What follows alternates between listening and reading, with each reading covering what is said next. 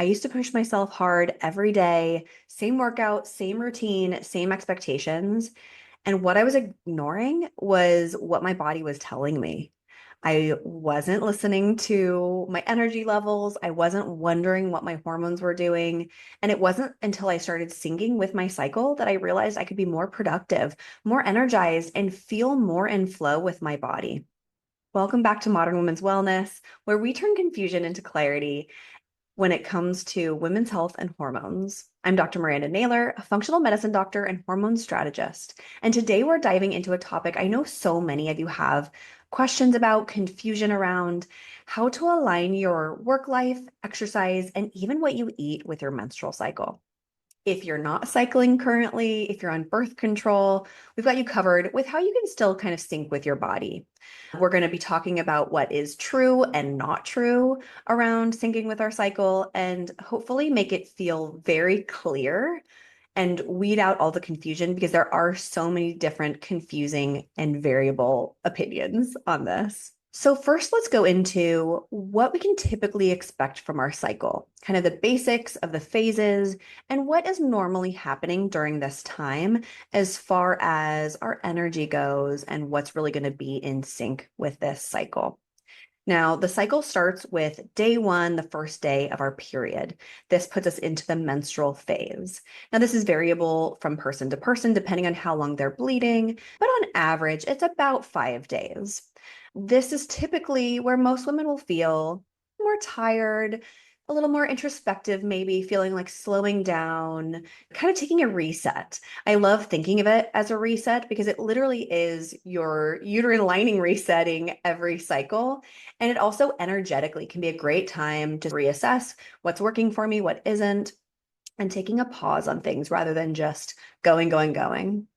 This is a time where some women feel more tired, especially if you're having heavier cycles, really painful cycles. This can be a time where you're really shutting off from the world. Of course, that isn't absolutely normal. So if you're experiencing something that severe, please work with your doctor about this. But even if you're having a normal period, you're not having major issues, it's still very normal to just feel a little bit more tired, feeling like slowing down a little bit more. Next comes our follicular phase. That starts happening when our estrogens start to rise and we start to grow. These eggs or follicles are the things that house the eggs, and they start to grow, and then we're going to lead up to ovulation.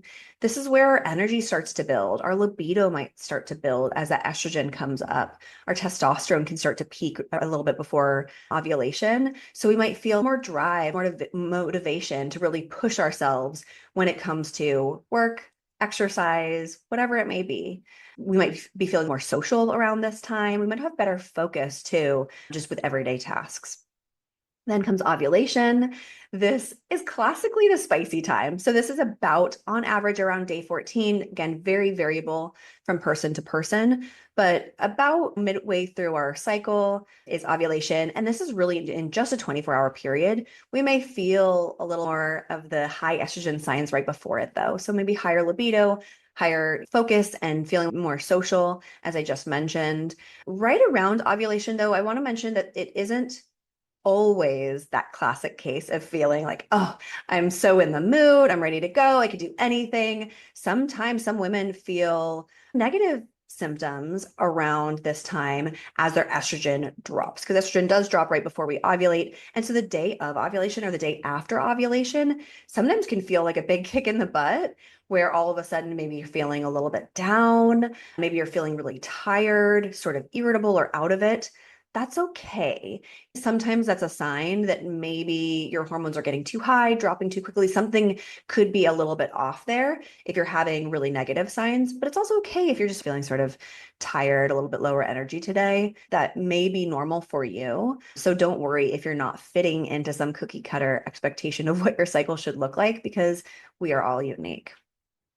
After ovulation comes our luteal phase. This is from about day 15 to day 28 for a typical length cycle. Again, a cycle can be 21 to 32 days is pretty typical. And our luteal phase is about maximum of 2 weeks from ovulation to our period. This is where progesterone is rising. That can make us feel a little bit more tired, maybe a little bit more moody, irritable, especially right before our period. Again, it shouldn't be that drastic. You shouldn't be having major PMS. That is not normal. But a little bit more moody, a little crying at a commercial. That's my go-to sign in my luteal phase. Any commercial that is at all sweet, or even an Instagram post where it's about like parenting or something, I will cry. And that is my side.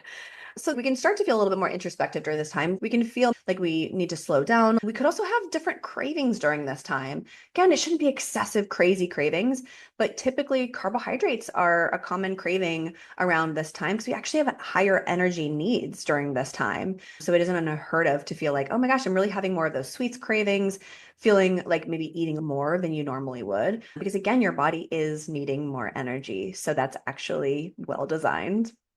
So that kind of walks you through what we typically expect. Again, we're all different. And so if you don't fit exactly into this cookie cutter, don't worry because we're all unique. And again, like I mentioned, if you're not cycling at all, if you are maybe experiencing anovulation, we're not ovulating either from perimenopause or from any other reason, then just being curious about what your body is telling you, what it's needing, is going to be a really important factor here. And if you are on birth control, which basically flatlines your hormones depending on what type you're on, it really is leveling things off, then things might feel a little bit more predictable and or a little bit more variable. You won't necessarily have a typical cycle. If you have an IUD, then you can ovulate, you can have a cyclical pattern that happens. But if you're on a birth control pill, things are really flatlined for the most part, and what you might experience might be a little bit more just the result of the synthetic hormones, which can look more predictable every single day or might feel more erratic depending on what type you're on and how you're responding to it. To start first, I want to talk about work and our cycle, because this is something that people aren't usually talking about. And this is honestly something that I've found to be the most powerful in the way that I sync with my cycle. I personally struggle with ADHD, and my focus is very variable throughout my cycle. I can still do my normal tasks, but when it comes to being super social, when it comes to having focus on a more tedious project, or when it comes to showing up like this on a podcast or a video, it can be really dependent on where I am in my cycle, where I may feel very excited about doing that thing, or I might feel very not excited and really have the hardest time sitting down and doing it. So I've found it to be so helpful to sync with my cycle, to plan out these tasks at different phases so that I can really maximize the power that comes with that phase. I'll talk a little bit about general things you can look at. Again, the most important thing, I'm going to be so repetitive with this. It depends on you and what your body's telling you. So tune in to what your body is saying and what really works for you, because it might be a little bit different than this. In general, let's start again with the menstrual phase. Resting, planning, reflecting. This is a reset time in our cycle. And so this is a great time to maybe look ahead to the upcoming weeks, to maybe plan out your cycle syncing routine for the next cycle. A great time for reviewing what's working for you, what isn't working for you, maybe journaling, maybe evaluating what you're doing, checking in to see, do I need to pivot? Is what I'm doing really working well for me? And really continue to do that. This is something, of course, you can do this more frequently. Also, I personally like to do this at the beginning of every week also to check in. Okay, what's my goal for the week? What am I working on? What are the things that I have on my schedule? Also really important to do then, but big picture stuff could be scheduled in to when you're expecting your period to be, so that you have some of that sit down reflection time during this phase. Then in the follicular phase, as your estrogen is picking up, maybe you're feeling a little bit more energetic, a little bit more social. This is typically where I start to notice more creative ideas, maybe some of more my bigger picture ideas, like, oh, wouldn't it be so awesome to have this one day? Or sometimes have to hold myself back a little bit during this phase. But it's a great time for brainstorming, for launching a new product, maybe scheduling a launch during this phase of your cycle so that you're really feeling on top of things. You're really feeling like engaging with people and talking with people. learning from people what you need to be doing. You could also be maybe some of the more tedious tasks could be here where you're like, okay, I've got the energy to power through it. Great. But I really love for the creative social things to be around this phase because it really is going to be where you're going to be shining with this. It could be if you are showing up on social media, if you need to be batching content, this could be a great time to do that also, or recording videos, doing podcasts, whatever it may be. Then right around ovulation, again, it could be some of those social tasks still, meetings, big presentation, sales calls. If you have power to schedule those, this can be a great time with it. You may be extra charismatic, have a lot of charisma going. So that can be great to be doing that around this phase. Again, it's a short phase. So just being mindful about if all of a sudden you shift in your luteal phase and it's a no-go for socialization, then maybe scheduling a little bit early for that. And then in the luteal phase, I find this to be a great phase for doing more of the tedious, repetitive tasks, maybe some deep work where you're really getting into something, working on a project, maybe the idea that you had in your follicular phase, you're taking into action in your luteal phase and really sitting down, working on your computer for longer periods of time, maybe. These are the days usually where I like to have, I maybe am not wearing makeup or doing anything with myself. I'm not showing up to the world. I'm really just turning inward and getting stuff done. And that can be a great time during your luteal phase. It can also be like following up on things, more detail-oriented tasks, again, where you can go a little bit deeper on those.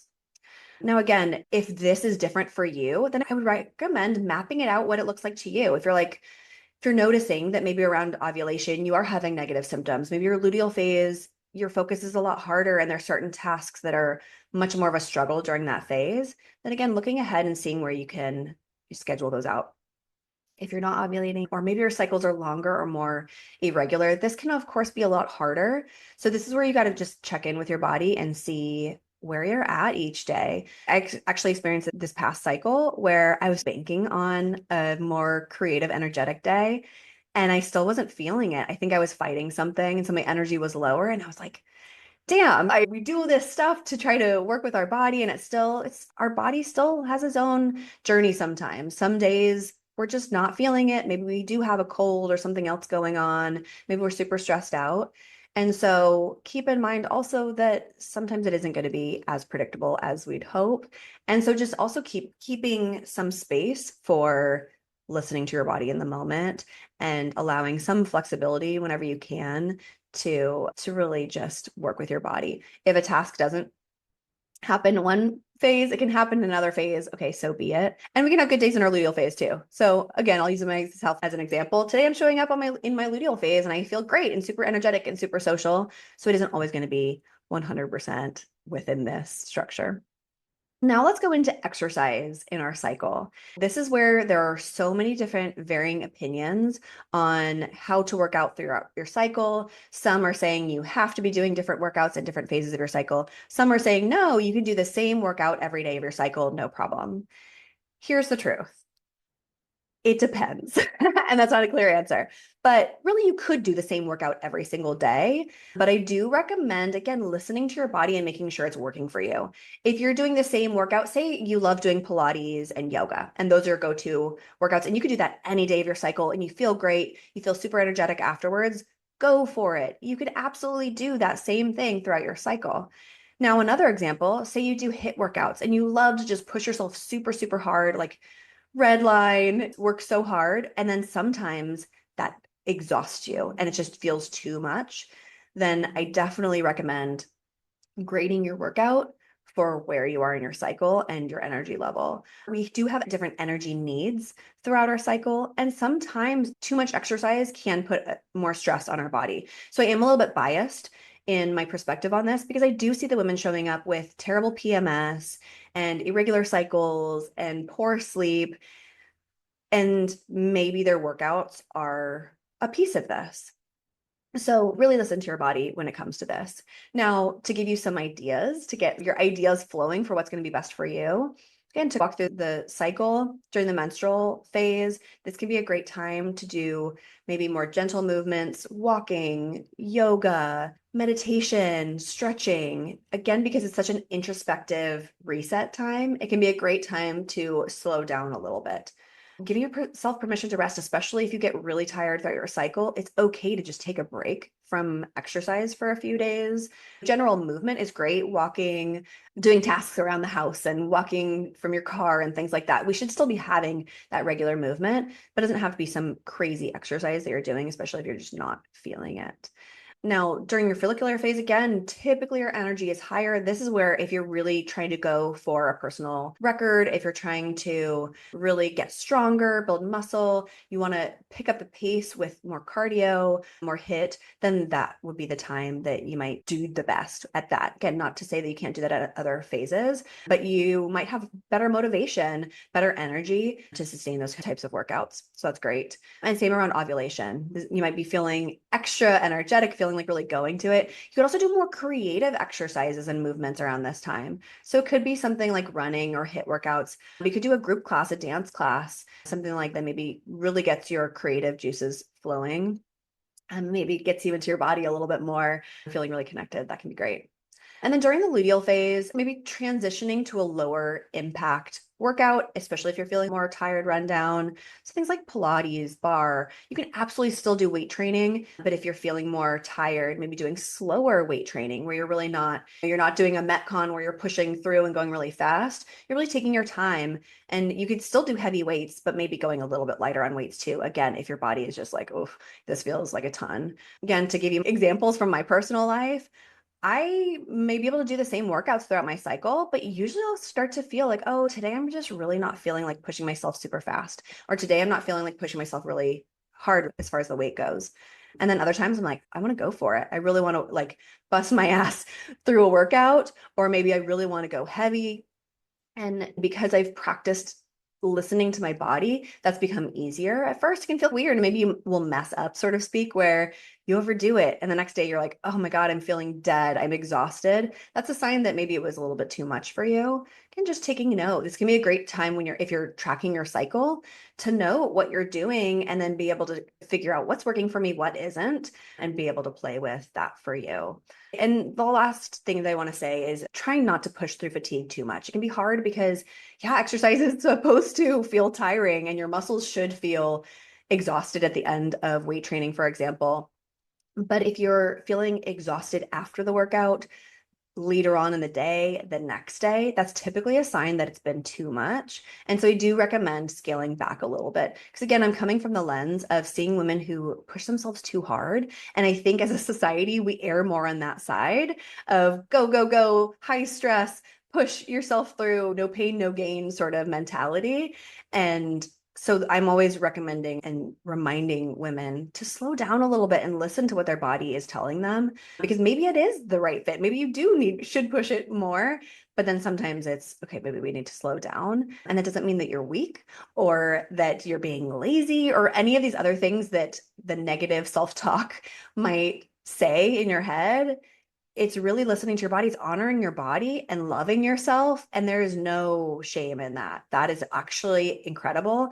And again, a superpower, because then you're not wasting that energy. And on the next day or the next phase, when you can show up with a different energy, with different hormones on board, then you can go even farther if you haven't overtaxed yourself and really pushed yourself too much before. We also want to avoid injuries too. So again, I really support, especially women, to be listening to their bodies because we are so cyclical. Now, again, if you're not cycling regularly, listening to your body in any given day, if you're on birth control and, you're not noticing good days or bad days, then just do what feels good to you. Again, you still using the template of if I am exhausted after, then scaling back a little bit. It's normal to be sore the next day, the day after, but it really shouldn't be like you can't walk the next day or 2 days after. It should still feel relatively normal in your body, in my opinion, at least. Let's talk now about nutrition throughout your cycle. If you feel overwhelmed by what you're supposed to eat or not supposed to eat, rest assured that this is not something that you have to massively change throughout your cycle. Some people swear by seed cycling, and that can be great. It's a great source of healthy fats and nutrients from seeds, and it doesn't in my opinion, really matter when you're having which seeds. And if you don't know what I'm talking about, then don't worry about it. Basically, seed cycling is certain types of seeds in your follicular phase, in your luteal phase. In my opinion, eat all the seeds all the time. I don't think you really have to be changing them. I don't think it makes that big of a difference, but there are things that can change that our cycle. So we'll talk about that a little bit. So during your menstrual phase, this can be a great time to get iron-rich foods. If you're losing blood, and especially if you're having heavier periods, then you are definitely at risk of being iron deficient. And so especially then having regular intake of iron-rich foods is really important. Red meat is a great one here. This is something that a lot of people get the misconception of, oh, red meat is really unhealthy for us. It is not, especially if it's high quality, a good source. It is absolutely not unhealthy at all. And especially during this phase can be really helpful to build up your iron stores again. Legumes and dark leafy greens can be a good source of iron as well, although plant-based iron is a little bit harder for your body to break down and absorb. You can also cook in cast iron, which a lot of people don't know about, but you actually do absorb some of the iron from the pan. And so even if it's veggies, whatever, you can get more iron that way. So that's something that you can be doing all cycle long. But again, something to especially focus on maybe during your menstrual phase.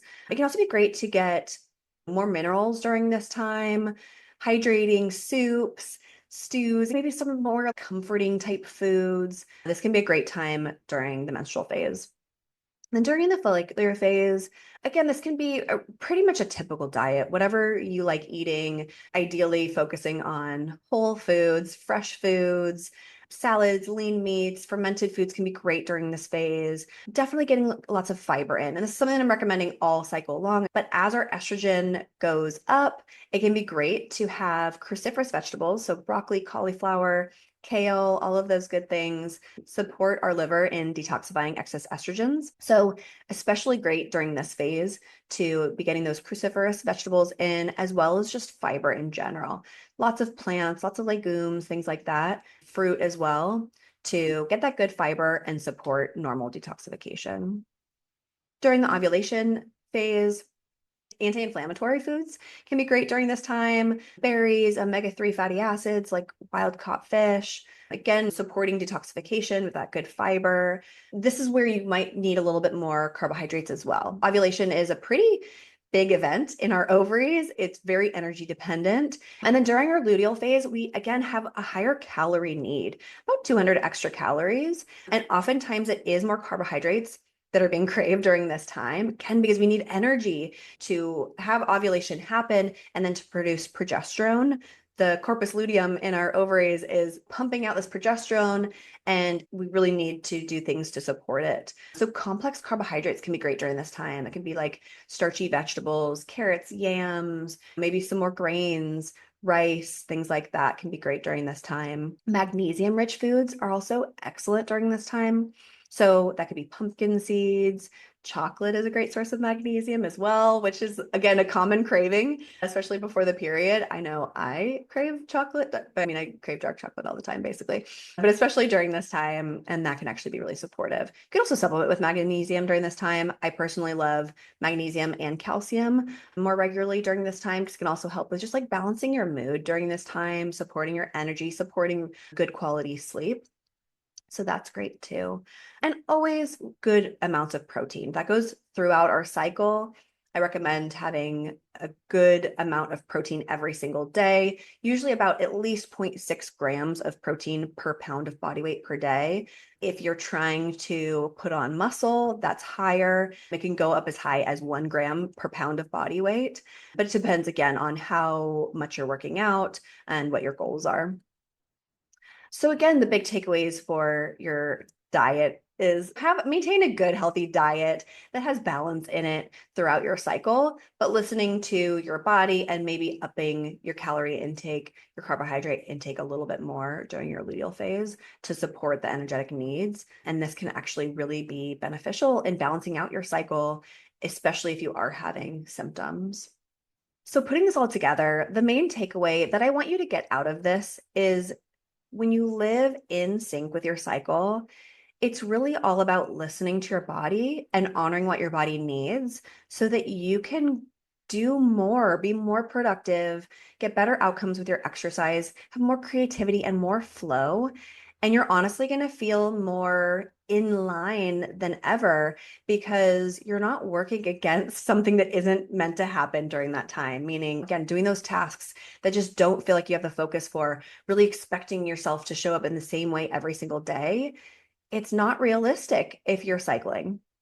So, showing up to your fullest any given day, showing up for yourself and listening to your body and honoring that is really going to be a much better way to feel really good about yourself, but also really have the best outcomes in, again, your work, your exercise, your nutrition, and your health.